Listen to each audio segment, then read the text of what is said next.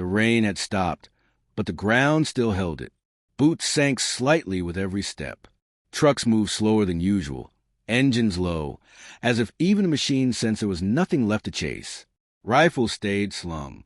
Fingers no longer rested on triggers. A group of soldiers gathered near a makeshift fire, cups of coffee steaming in the cold air. No one joked. No one hurried. "They say it's finished," one of them said, staring at the road ahead. Another shook his head. They said that in Normandy, too. The road remained quiet. No shells. No distant thunder. Just wind moving through broken trees. A young infantryman adjusted his helmet strap and looked back toward the east. If it's over, why are we still here? No one answered him. Orders arrived without ceremony. Hold position. No further advance. Maintain readiness. Await instructions. The words passed from mouth to mouth, losing nothing in clarity but gaining weight with every repetition. A few men sat down. Others remained standing, unsure what posture fit this moment. Victory had always been imagined as motion, as noise, as forward movement. This felt like standing still after a long fall. Not far away, a line of German soldiers walked slowly with their hands raised, weapons abandoned in the mud. No one shouted at them. No one fired. They looked relieved, confused, hollow. The war had left them before anyone told them it was gone. A medic watched them pass and muttered, "That's it then." A sergeant beside him replied, "That's just the part we see." At Allied headquarters, maps still covered the walls, but the pins no longer moved. Lines drawn weeks earlier now ended abruptly, stopping short of the places every soldier had heard about since crossing into Germany. Berlin remained untouched by Allied markers. Dwight D. Eisenhower stood at the table longer than anyone else. His jacket was open. His hands rested on the edge, steady, unmoving. Officers spoke around him about collapse, surrender, opportunity. Enemy resistance is disorganized. Our forces could reach the capital within days. This is the moment history will remember. Eisenhower listened without interruption. When the room finally quieted, he spoke evenly. The moment history remembers is the one that ends the war. Some officers exchanged glances. Others looked down. "But Berlin," someone began. Eisenhower raised a hand slightly. "Berlin is already ending this war, just not with us in it." The sentence settled into the room and stayed there. Outside the headquarters, veterans rested against vehicles, helmets on their knees. One of them unfolded a letter from home, read the same line again, then folded it carefully. "They'll write books about this," he said. Another soldier snorted. "They'll write whatever they want." "What do you think they'll say about Eisenhower?" the first asked. That he played it safe, that he hesitated, that he let someone else finish it. The sergeant listening nearby finally spoke. They weren't counting bodies. He was. The men fell silent. As evening approached, movement slowed even more. Artillery crews cleaned equipment they hadn't fired in days. Pilots sat on crates, smoking, staring at empty skies. Radios carried news in fragments. Negotiations, conditional surrender, timetables. None of it sounded real. A wounded corporal lay on a stretcher near a field hospital, eyes fixed on the clouds. A nurse adjusted his blanket. "Think it's over?" he asked. She paused. "I think the shooting is." He nodded. "That'll do." Back at headquarters, Eisenhower remained alone after the others left. A photograph lay on the table, edges worn from being handled too often. Young faces, some already gone, some still alive, somewhere beyond the quiet front. He turned the photograph face down and looked once more at the map. After a moment, he removed a single pin and set it aside. No announcement followed, no speech, just a decision that held. Along the front, soldiers watched the night come without fear for the first time in months. Still, something felt unfinished. Not the war, but the understanding of it. One veteran said quietly, "If this is the end, it's not the one they promised us." The sergeant answered, "Ends rarely are." The lights dimmed. Engines went silent. The line did not move forward. And somewhere between relief and confusion, the men began to sense that what Eisenhower had done would never be explained properly, only argued, judged, simplified. They did not yet know why, but they knew it mattered. Morning arrived without urgency. The sound that usually pulled men from sleep was missing. No distant shelling. No engines warming in panic. Just boots on gravel and low voices testing the day. Orders spread slowly. Hold position. Secure supply routes. Prepare for possible movement that never came. Some soldiers welcomed it. Others felt something tighten in their chest. War had trained them to expect motion. Stillness felt like a trap. A squad moved through a nearby town that had already surrendered itself. Doors hung open. White cloths fluttered from windows. Civilians stood along the street, watching quietly, unsure whether to smile or disappear. No one threw stones. No one waved flags. It felt less like liberation and more like exhaustion on both sides. One veteran stopped near a shattered storefront and looked east again. "All that way," he said. "And we stop here." Another replied, "We stop because someone said stop." The name traveled faster than the orders. Eisenhower. Always Eisenhower. At headquarters, the atmosphere sharpened. Reports arrived in stacks. Enemy units dissolving. Bridges intact. Roads open. Every message carried the same unspoken question. Why not finish it? A senior officer laid his hand on the table and spoke plainly. "Sir, the men are restless. They believe they're being held back." Eisenhower looked up from the papers. "They're being held alive." The officer pressed on. "Public opinion won't see it that way." Eisenhower answered, "Public opinion isn't burying anyone tomorrow." The discussion ended without agreement, but the decision remained. Along the front, rumors grew louder. Some said it was politics. Others said it was fear. A few said Eisenhower didn't want the responsibility of the final bloodshed. In a tent near the line, veterans argued over cold rations. "If we don't take Berlin, the Russians get all the credit," one said. Another shrugged. "Credit doesn't stop bullets." A third leaned back against his pack. "Feels like we're being written out of our own war." The sergeant listening nearby finally spoke. "Feels like we're being spared from someone else's ending." That answer satisfied no one, but it ended the argument. In the days that followed, surrender became routine. German soldiers arrived in small groups, then larger ones. Weapons stacked neatly. Faces blank. Some asked for cigarettes. Some asked how long the war had been over. No one knew how to answer that. A chaplain walked through a temporary cemetery, counting rows that had stopped growing. He adjusted markers and said nothing. A veteran watched him work and muttered, "If we'd gone farther, he'd still be busy." That thought stayed with him. Back at headquarters, Eisenhower received casualty projections for an advance east. He read them alone. No witnesses. No commentary. Just numbers filling pages. He closed the folder and placed it at the bottom of a stack. That evening, he met briefly with commanders. No speeches. No justifications. "We hold," he said. "We consolidate. We let the war collapse on itself." One commander asked quietly, "And if history calls a hesitation?" Eisenhower replied, "Then history will learn patience." Night fell again without alarms. Veterans sat under open skies, smoking in silence.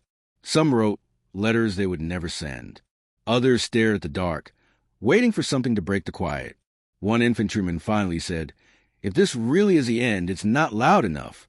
The sergeant answered, "You don't hear the last step of a long march." The words lingered. Across the lines, nothing moved. No counterattack. No last stand. Just absence. And slowly, among those who crossed oceans and bled across continents, a realization began to form. The war wasn't ending because it had been conquered. It was ending because someone had decided the cost no longer made sense. That idea unsettled them more than any enemy ever had. Time slowed in unfamiliar ways. Days passed without a single shot fired. Men still woke early, still checked their gear, still listened for sound that never came. The body remembered the war even when the war refused to show itself. A group of veterans sat near the edge of the camp, watching trucks roll west instead of east, supply lines reversing, movement going backward. One of them broke the silence. Feels like we're retreating. Another shook his head. Feels like we're being pulled out of something unfinished. A third stared at the road. Or maybe we finished it without noticing. The words hung there, uncomfortable. Later that afternoon, a small group was assigned to escort prisoners.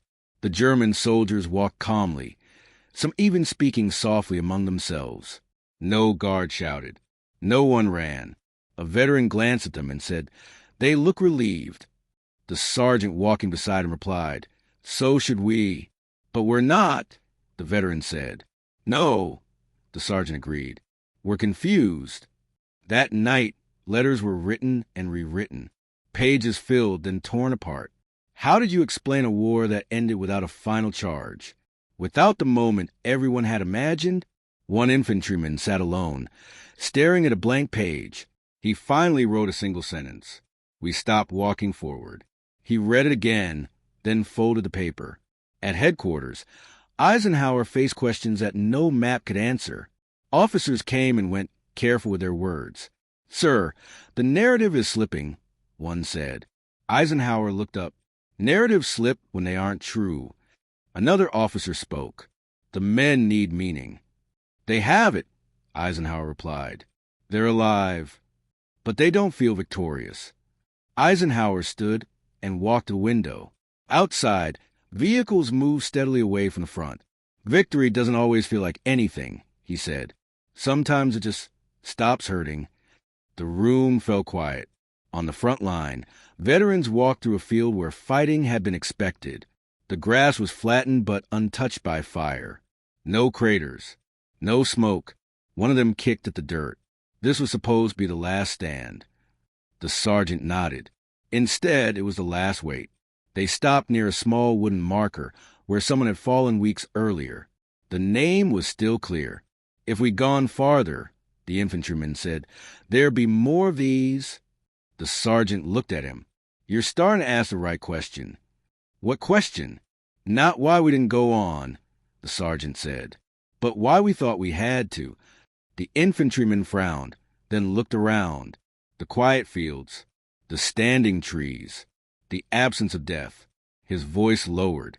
So Eisenhower knew. Yes. Knew what? That winning wasn't the same as advancing. The realization didn't bring relief. It brought weight. That evening, news spread that formal surrender talks were nearing completion. Cheers were expected. They didn't come. Men nodded. Some sat down. A few walked away alone. One veteran said, "They'll say he avoided Berlin." Another replied, "They won't say how many didn't die because of it." At headquarters, Eisenhower reviewed one last report. Casualty projections if the advance had continued. He didn't linger. He closed the folder and handed it back. "We're done counting what didn't happen," he said.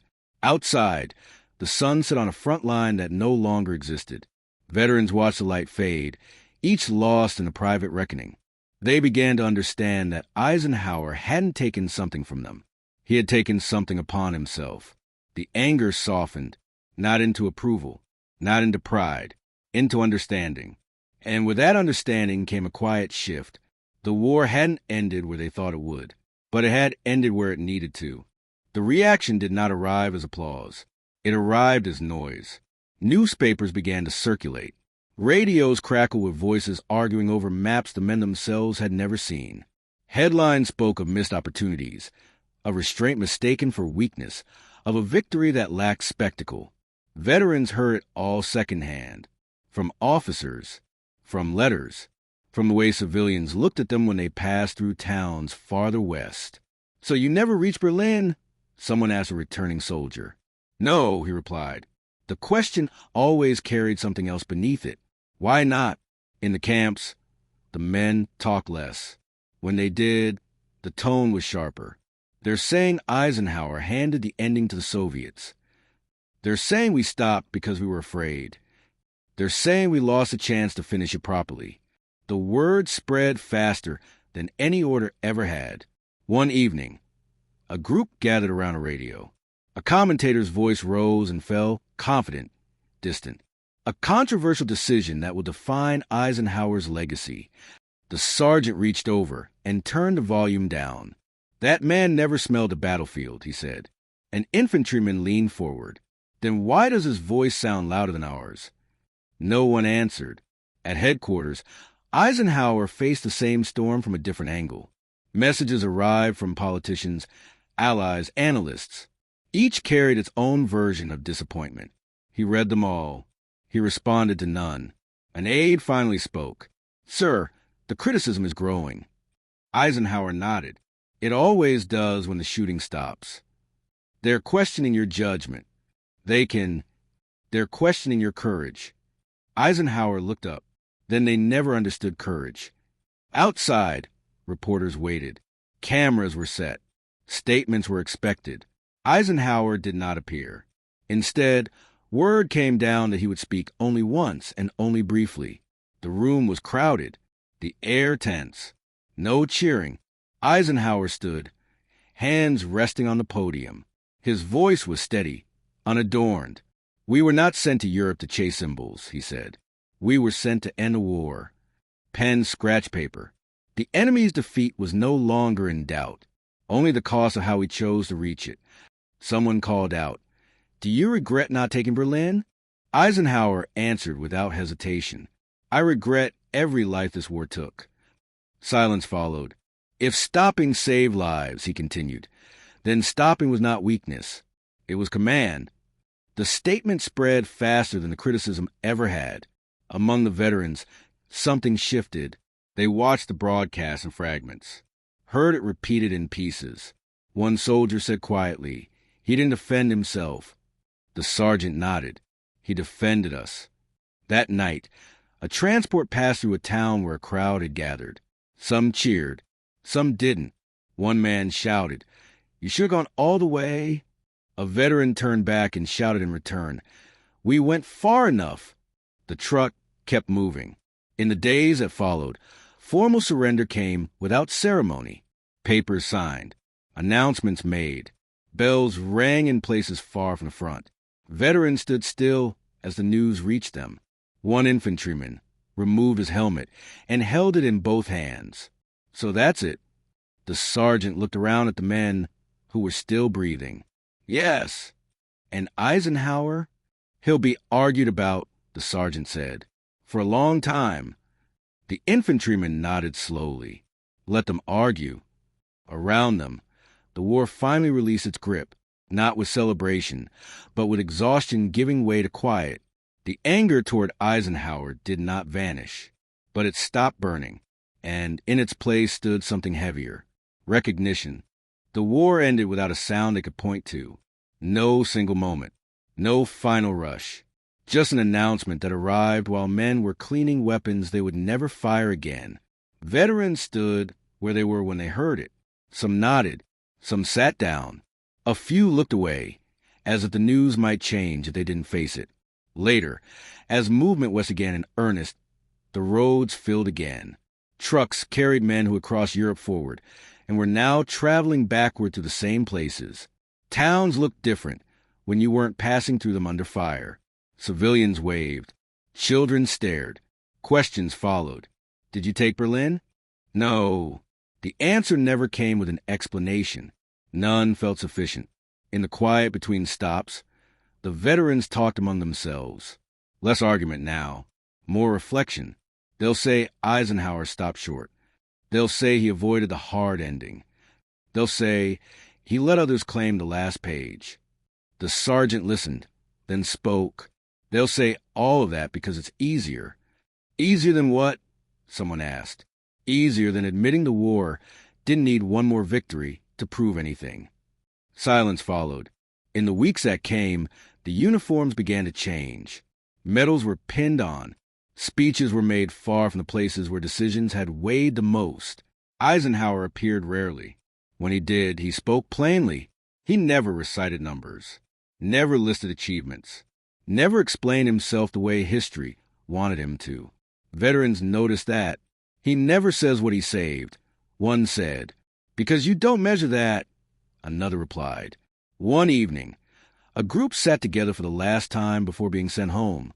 Packs were lighter now, faces thinner, eyes older. The infantryman who had once struggled to write letters spoke quietly. "I think I understand it now." The sergeant looked at him, then say it. "He didn't stop because the war was easy," the infantryman said. "He stopped because it was over enough." The sergeant nodded. "And because going farther would have been for us," the infantryman continued. "Not for the men who wouldn't come back." No one argued. Months later, back home, veterans heard the war discussed as if it were a story with clean edges. People spoke of turning points, of capitals, of flags raised. Rarely did they speak of restraint. Rarely did they speak of stopping. When Eisenhower's name came up, opinions followed quickly. Praise, criticism, debate. Veterans listened.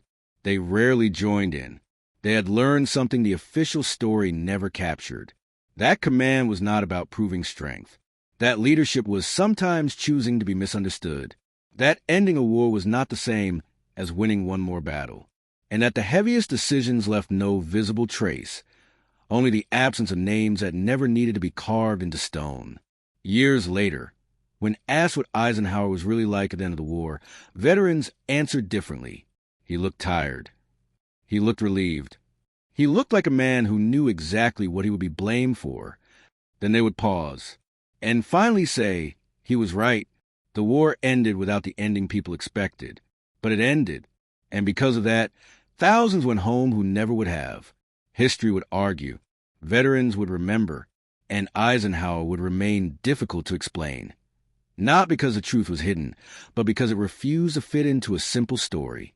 The kind of truth you only see when the guns are finally silent, and you're still alive to notice.